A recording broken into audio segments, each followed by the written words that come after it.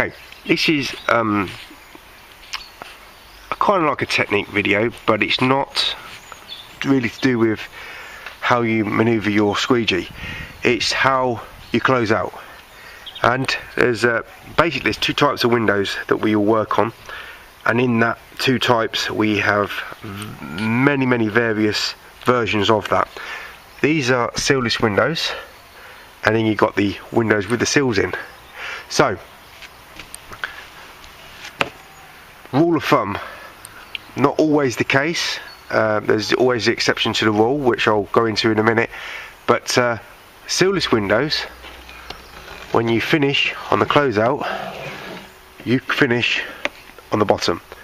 Why do I finish on the bottom? Right, so when I close out on a sealless window, doesn't matter what squeegee you use, you have residue. The rubber cannot close out fully flush to the frame.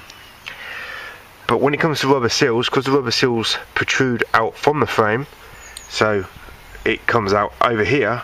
Let's imagine my fingers is the rubber seal. I can close out fully and there will be no residue. So rule of thumb, sealless windows close out to the bottom.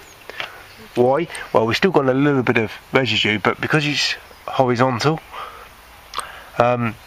hopefully it can't run up, but with a window it can run down like this, streams or rivers of solution.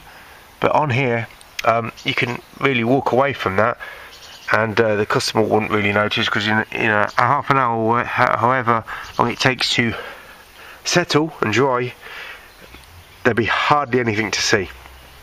It will just be a little cloud, and no one's going to pick it up.